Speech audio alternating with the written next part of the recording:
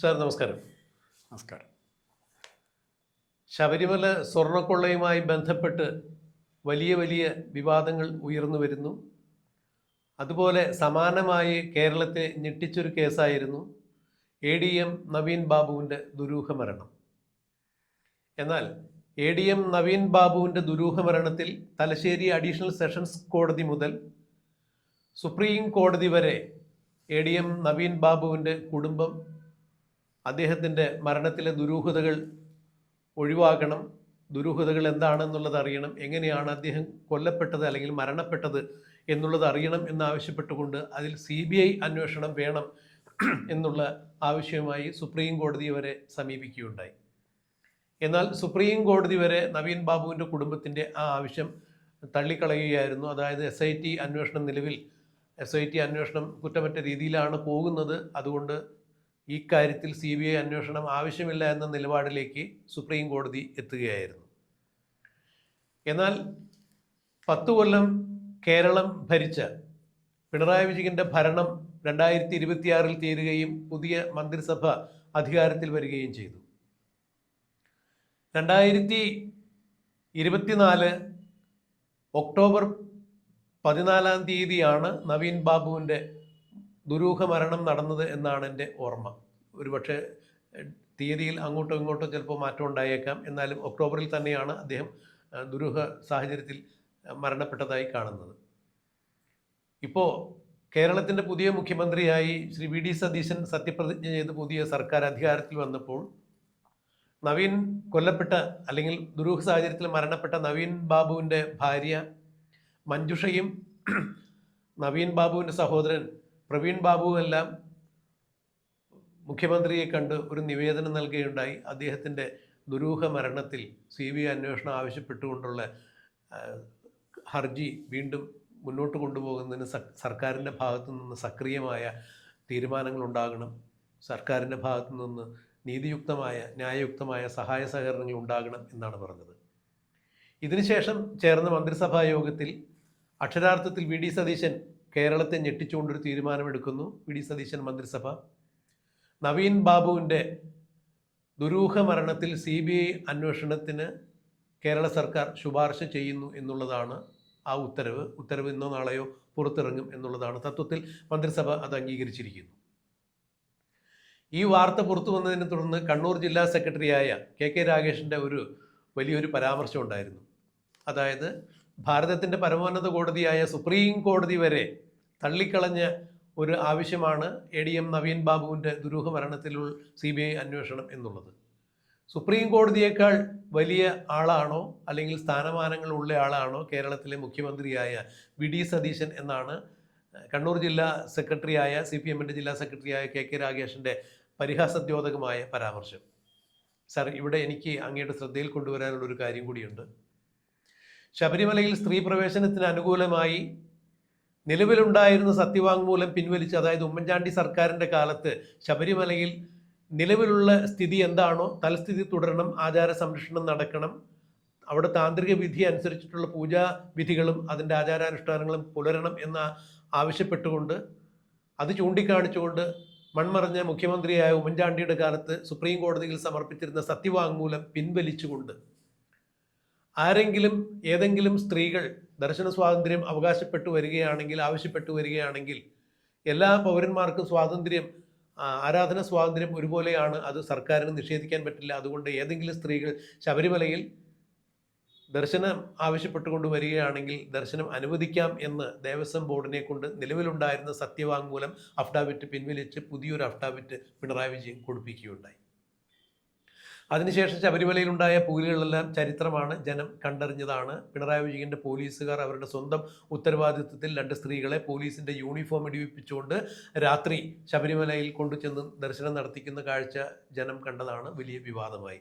എന്തായാലും 2026 നിയമസഭാ തെരഞ്ഞെടുപ്പിൽ പിണറായി വിജയൻ പടിയിറങ്ങി പോകുന്നതിന് അതും വലിയൊരു കാരണമായി എന്നുള്ളത് ചൂണ്ടിക്കാണിക്കേണ്ടിയിരിക്കുന്നു. എന്നാൽ 2026 നിയമസഭാ തെരഞ്ഞെടുപ്പ് വരുന്നതിന് മുമ്പ് ശബരിമലയിലെ സ്ത്രീ പ്രവേശം തങ്ങൾക്ക് വിനയായി, അത് ഇനി ഈ തെരഞ്ഞെടുപ്പ് ബാധിക്കും എന്ന് കണ്ട് മനസ്സിലാക്കി സുപ്രീം കോടതിയിൽ കൊടുത്തിരുന്ന ആ സത്യവാങ്മൂലം പിണറായി വിജയൻ പിൻവലിക്കുകയും പുതിയൊരു സത്യവാങ്മൂലം അവിടെ കൊണ്ടുപോയി കൊടുത്തു. അതായത് ആദ്യം ഞങ്ങൾ കൊടുത്ത സത്യവാങ്മൂലത്തിൽ ഞങ്ങൾക്ക് തെറ്റുപറ്റി, അതുകൊണ്ട് വീണ്ടും അത് പിൻവലിച്ചുകൊണ്ട് പുതിയതൊന്ന് കൊടുക്കുന്നു. ആദ്യം കൊടുത്തത് ശരിയായിരുന്നെങ്കിൽ വീണ്ടും പുതിയത് കൊടുക്കേണ്ട ആവശ്യമില്ലല്ലോ. അപ്പോൾ തെറ്റുപറ്റി എന്ന് സമ്മതിച്ചുകൊണ്ട് വീണ്ടും സുപ്രീം കോടതിയിൽ പുതിയൊരു സത്യവാങ്മൂലം കൊടുക്കുന്നു. അപ്പോൾ സുപ്രീം കോടതിയിൽ ആദ്യം എടുക്കുന്ന നിലപാടുകൾ എപ്പോഴും ശരിയായിക്കൊള്ളണം എന്നില്ല എന്ന് ഇതിലൂടെ തന്നെ വ്യക്തമാകുന്നു. അങ്ങനെയെങ്കിൽ നവീൻ ബാബുവിൻ്റെ ദുരൂഹ മരണത്തിൽ CBI അന്വേഷണം ആവശ്യപ്പെട്ടുകൊണ്ട് വീണ്ടും സുപ്രീം കോടതിയെ സമീപിക്കുന്നു. CBI അന്വേഷണത്തിന് കേരള സർക്കാർ ശുപാർശ ചെയ്യുമ്പോൾ KK രാഗേഷ് ഇത്തരം കാര്യങ്ങൾ കൂടി ആലോചിക്കുന്നത് നല്ലത് തന്നെയാണ് എന്നാണ് എൻ്റെ അഭിപ്രായം. എന്താണ് ഈ കാര്യത്തിൽ രാജ്മോഹൻ സാറിൻ്റെ അഭിപ്രായം? പ്രദീപ് KK രാഗേഷിൻ്റെ അഭിപ്രായത്തിൽ അവിടെ നിർത്തുക ചെയ്ത്. KK രാഗേഷ് എന്ന് പറഞ്ഞാൽ പിണറായി വിജയനാണ്. പിണറായി വിജയൻ എന്ന് പറഞ്ഞാൽ കമ്മ്യൂണിസ്റ്റ് പാർട്ടിയാണ്. കമ്മ്യൂണിസ്റ്റ് പാർട്ടി എന്ന് പറഞ്ഞാൽ MA ബേബിയും MV ഗോവിന്ദനും എല്ലാം ഉൾപ്പെട്ടതാണ്. എല്ലാവരുടെയും കൂടെ അഭിപ്രായമാണെന്ന് പറയാൻ പറ്റും. കാരണം PP ദിവ്യയുടെ കാര്യത്തിൽ പാർട്ടി സംഘടിച്ച് വന്നിരിക്കുകയാണ്. ഇപ്പോൾ ചെഗോരിയൊന്നും മരിച്ചു പോയിട്ടില്ലായിരുന്നു, ഇപ്പോൾ ഇവിടെ വന്നേനെ, കണ്ണൂർ വന്നേനെ. അതുപോലെയാണ് ഒരു PP ദിവ്യയുടെ സേവനങ്ങളെക്കുറിച്ച് പറയുന്നത്. പിന്നെ ഇതിൻ്റെ അകത്ത് ശ്രദ്ധിക്കേണ്ട കാര്യം, സുപ്രീം കോടതിയിൽ ഈ അപ്പീൽ കൊടുക്കാവോ ഇല്ലയോ, എന്തിനാണ് CPM അല്ലെങ്കിൽ CPMൻ്റെ നേതാക്കൾ സുപ്രീം കോടതിയിൽ അപ്പീൽ പോകുന്നതിനെ ഭയപ്പെടുന്നത് എന്തിനാണ്? സുപ്രീം കോടതി എന്തും ഉപയോഗിച്ചോട്ടെ, ഇവരുടെ ഭാഗമാണ് ശരിയെങ്കിൽ PP ദിവ്യ നിരപരാധിയാണെങ്കിൽ സുപ്രീം കോടതി അവരെ എക്സ്ട്രോണറേറ്റ് ചെയ്യല്ലേ? അപ്പോൾ അത് തന്നെ ഇവർക്ക് ഏറ്റവും വലിയ ക്രെഡിറ്റ് അല്ലേ? സുപ്രീം കോടതി വരെ PP ദിവ്യ പരിശുദ്ധിയാണെന്ന് പറഞ്ഞിരിക്കുന്നു. മരിച്ചു കഴിഞ്ഞാൽ, കുറേ നാൾ കഴിഞ്ഞ് മരിച്ചു കഴിഞ്ഞാൽ മദർ തെരേസയ്ക്ക് പകരം സെയിൻറ്റ് PP ദിവ്യ എന്നുള്ള പേര് വേണേൽ കൊടുക്കാം. ഇതെല്ലാം അവർക്ക് ചെയ്തില്ലേ? അപ്പോൾ സുപ്രീം കോടതിയിൽ ആരെങ്കിലും പോകുന്നുണ്ടെങ്കിൽ, സതീശൻ്റെ ഗവൺമെൻറ് പോകുന്നുണ്ടെങ്കിൽ അതിനെ പ്രോത്സാഹിപ്പിക്കുകയല്ലേ വേണ്ടേ? സത്യം പുറത്ത് വരുമെങ്കിൽ, മറിച്ച് സത്യമാണെങ്കിൽ അവരുടെ ഭാഗത്ത്, മറിച്ച് PP ദിവ്യയോ അല്ലെങ്കിൽ അതിനേക്കാൾ വലിയ മുകളിലുള്ളവർക്കോ നവീൻ ബാബുവിൻ്റെ മരണവുമായി ഏതെങ്കിലും തരത്തിൽ ബന്ധമുണ്ടെങ്കിൽ ഭയപ്പെടും.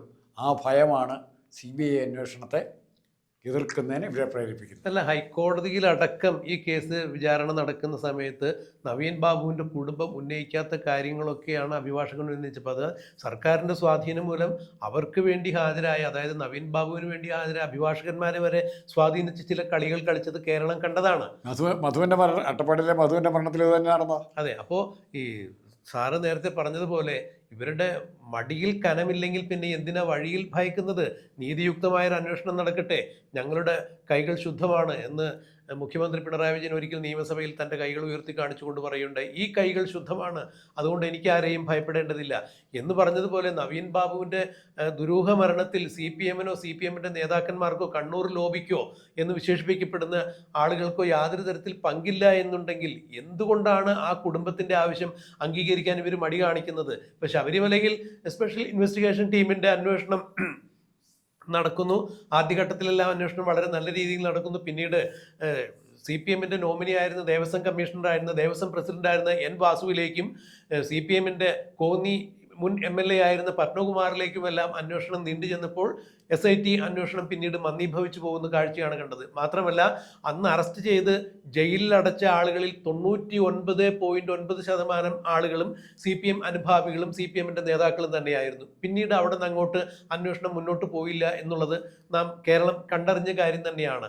അപ്പോൾ ആ SIT അന്വേഷണത്തിൽ പറ്റിയ ഏറ്റവും വലിയ പോരായ്മ എന്ന് സാധാരണക്കാർ ജനം ചൂണ്ടിക്കാണിക്കുന്നത് 90 ദിവസം കഴിഞ്ഞിട്ടും ഈ അറസ്റ്റ് ചെയ്ത ആളുകൾക്കെതിരെ, പ്രതികൾക്കെതിരെ ഒരു കുറ്റപത്രം സമർപ്പിക്കാൻ പോലും SITക്ക് സാധിച്ചില്ല. ആ SIT കുറ്റപത്രം അവിടെ ഹാജരാക്കാത്തതിൻ്റെ പേരിൽ ഈ പ്രതികളെല്ലാം ജാമ്യം കിട്ടി ഇറങ്ങിപ്പോകുന്ന കാഴ്ചയും കണ്ടു. അതിന് SIT അന്ന് പറഞ്ഞത് കൂടുതൽ പ്രതിരോധം തീർത്ത് ഒരു കാരണവശാലും ഈ കുറ്റവാളികൾ ഇനി ജയിലിൽ പുറത്തിറങ്ങാത്ത രീതിയിൽ സമഗ്രമായ കുറ്റപത്രം സമർപ്പിക്കുന്നതിന് വേണ്ടി ആണ് ഇത്രയും കാലതാമസം നേരിട്ടത് എന്ന് പറയുന്നു. ഇന്നിപ്പോൾ ആ കേസിൻ്റെ മെറിറ്റ് എവിടെ എത്തി നിൽക്കുന്നു എന്നുള്ളത് പരിശോധിക്കപ്പെടേണ്ടത് തന്നെയാണ്. സമാനമായ രീതിയിൽ SIT നടത്തിയ അന്വേഷണത്തിൽ നവീൻ ബാബുവിൻ്റെ കാര്യത്തിൽ ഒരു ഡസനിലധികം വീഴ്ചകളാണ് കുടുംബം ചൂണ്ടിക്കാണിച്ചിരുന്നത്. അന്ന് കണ്ണൂർ ജില്ലാ കളക്ടറായിരുന്ന അരുൺ വിജയനും ഈ കേസിൽ ഏകപ്രതി എന്ന് പോലീസ് കണ്ടെത്തിയ പ്രേരണ കുറ്റം ചുമത്തി അറസ്റ്റ് ചെയ്ത് ഏതാണ്ട് 15 ദിവസത്തോളം ജയിലിലടച്ച PP ദിവ്യയുടെയും കണ്ണൂർ ജില്ലാ കളക്ടറായ അരുൺ K വിജയൻ്റെയും ഫോൺ ഒരു കാരണവശാൽ അതിൻ്റെ ഫോൺ റെക്കോർഡ്സുകളൊന്നും തന്നെ ഹാജരാക്കിയിട്ടില്ല. കളക്ടറുടെ ഒരു ഫോൺ മാത്രമാണ് കസ്റ്റഡിയിലിരിക്കുന്നത്. PP ദിവ്യ ഉപയോഗിച്ചിരുന്ന പേഴ്സണൽ ഫോൺ കിട്ടിയിട്ടില്ല. ഈ ഫോണിൻ്റെ കോൾ റെക്കോർഡ്സ് ഹാജരാക്കിയിട്ടില്ല.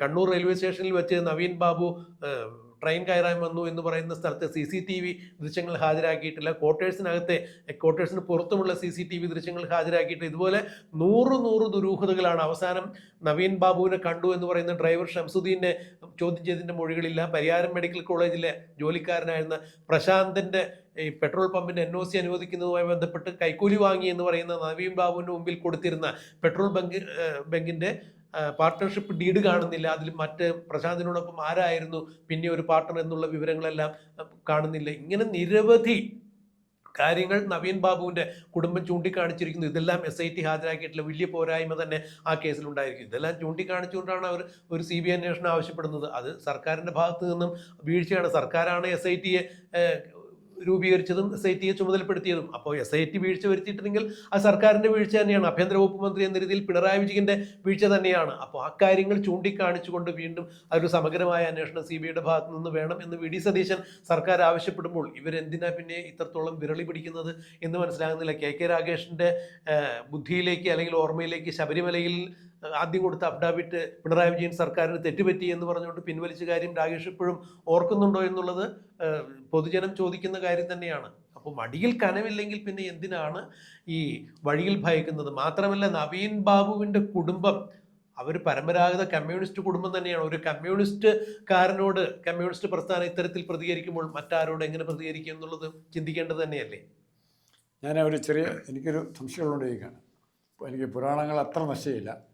ഈ പുരാണങ്ങളിലെ ശൂർപ്പണക, താടക, അങ്ങനെ കുറേ കഥാപാത്രങ്ങളുണ്ട്. ശ്രീകൃഷ്ണനെയൊക്കെ ദ്രോഹിക്കാൻ ഏറ്റവും കൂടുതൽ. ഇതിൽ ആരാ ഏറ്റവും കൂടുതൽ ക്രൂര? അങ്ങനെ ചോദിച്ചു കഴിഞ്ഞിട്ടുണ്ടെങ്കിൽ എനിക്കും ഒരു വാക്കിൽ ഉത്തരം പറയാൻ സാധിക്കില്ല. അവരുടെയൊക്കെ നമ്മൾ പുരാണങ്ങളുമായിട്ട് ബന്ധപ്പെട്ട് കാര്യങ്ങൾ പറയുമ്പോൾ അവതാര ഉദ്ദേശം സാർത്ഥകമാക്കുന്നതിന് വേണ്ടി അവതാര ലക്ഷ്യം പൂർത്തീകരിക്കുന്നതിന് വേണ്ടി താടകയായിട്ടും ശൂർഭണകയായിട്ടും മന്ദരയായിട്ടും എല്ലാം ഒരുപാട് കഥാപാത്രങ്ങൾ വരും. അവരുടേതായിട്ടുള്ള നിയോഗങ്ങൾ സമർത്ഥമായി അവിടെ അഭിനയിച്ച് തീർക്കുന്നത് നമ്മൾ കണ്ടിട്ടുണ്ട്. അപ്പോൾ ഓരോരുത്തർക്കും ഓരോ രീതിയിലുള്ള ദൗത്യങ്ങൾ അവിടെ ഉണ്ടാകാം. സാറ് ചോദിച്ചു വന്നതിൻ്റെ സാങ്കത്യം എനിക്ക് മനസ്സിലായി. ഇവിടെ നവീൻ ബാബുവിൻ്റെ മരണവുമായി ബന്ധപ്പെട്ട് നമ്മൾ ഏറ്റവും കൂടുതൽ പ്രതിക്കൂട്ടിൽ നിർത്തിയിരിക്കുന്ന ഒരു PP ദിവ്യയാണ്. കാരണം PP ദിവ്യയെ താൻ ഒറ്റപ്രതി ആ കേസിൽ PP ദിവ്യ മാത്രമേ ഉള്ളൂ. നവീൻ ബാബുവിൻ്റെ റിട്ടയർമെൻറ്റ് ചടങ്ങിലേക്ക് ക്ഷണിക്കപ്പെടാതെ കയറി വരികയും സർക്കാർ ഉദ്യോഗസ്ഥരുടെ കാര്യങ്ങൾ എപ്പോൾ വേണമെങ്കിലും മാറി മറിയാം, 2 ദിവസത്തിനുള്ളിൽ അറിയാമെന്നൊക്കെ അവിടെ പ്രസംഗിച്ച് വെല്ലുവിളിക്കുന്ന രീതിയിൽ ചാടിത്തുള്ളി ഇറങ്ങിപ്പോകുന്ന PP ദിവ്യയെ ലോകം മുഴുവൻ തത്സമയം കണ്ടതാണ്. ഇത്രത്തോളം അഹങ്കാരവും ധാർഷ്ട്യവും കലർന്ന ഒരു നേതാവിനെ എങ്ങനെയാണ് ജനങ്ങൾ സഹിക്കുക എന്നുള്ളതാണ് അവരുടെ അന്നത്തെ ശാരീരിക ഭാഷയും അവർ പ്രയോഗിച്ച ഭാഷയൊക്കെ കണ്ടപ്പോൾ മനസ്സിലായത്. എന്തായാലും അവർ പറഞ്ഞത് അറം പറ്റി എന്തോ രഹസ്യ അജണ്ടയുടെ അടിസ്ഥാനത്തിലാണ് അവരങ്ങനെ സംസാരിച്ചത് എന്ന് വേണം മനസ്സിലാക്കാൻ. കാരണം അന്ന് യാത്രയപ്പിന് ശേഷം പിന്നീട് നവീൻ ബാബുവിനെ കാണുന്നത് അദ്ദേഹം ക്വാർട്ടേഴ്സിൽ ഒരു ടെലിഫോൺ മൊബൈൽ ചാർജറിൻ്റെ വണ്ണമുള്ള ഒരു വള്ളിയിൽ തൂങ്ങി മരിച്ചു നിൽക്കുന്ന കാഴ്ചയാണ്. ഒരു കാരണവശാലും സാധാരണക്കാരുടെ സാമാന്യ ബുദ്ധിക്ക് നിരക്കാത്ത ഒരു കാര്യം തന്നെയാണ്. ഇവിടെ മറന്നുപോയ സാറ് പറഞ്ഞ വിഷയത്തിലേക്ക് ഞാൻ വരാം. അല്ലെങ്കിൽ സൂർഭണകയുടെയും താടകയുടെയും കാര്യം വിസ്മരിക്കുന്നില്ല. ഇവിടെ ജനം അല്ലെങ്കിൽ സജീവമായി ഈ കേസിൽ ഇടപെട്ട് സംസാരിക്കുന്നവരെല്ലാവരും ഉന്നയിക്കുന്ന ഒരു കാര്യമാണ് നവീൻ ബാബുവിനെ അവസാനം കണ്ടത് ഷംസുദ്ദീൻ എന്ന് പറയുന്ന ആളാണ്. എന്തുകൊണ്ടാണ് ഷംസുദ്ദീൻ എന്ന് പറയുന്ന ആളെ ചോദ്യം ചെയ്ത് കൃത്യമായി മൊഴി രേഖപ്പെടുത്താൻ സാധിക്കാതെ പോയത്? അതുപോലെ പ്രശാന്തിനെ കൃത്യമായി തന്നെ കസ്റ്റഡിയിലെടുത്ത് ചോദ്യം ചെയ്ത് കഴിഞ്ഞാൽ ആരാണ് പ്രശാന്തിനൊപ്പം ഉണ്ടായിരുന്ന പെട്രോൾ ബങ്ക് പാർട്ട്ണർ? ഇത്തരം കാര്യങ്ങളിലേക്കൊക്കെ വെളിച്ചം വീശുന്ന നിരവധി ദുരൂഹതകൾ ഇതിലുണ്ട്.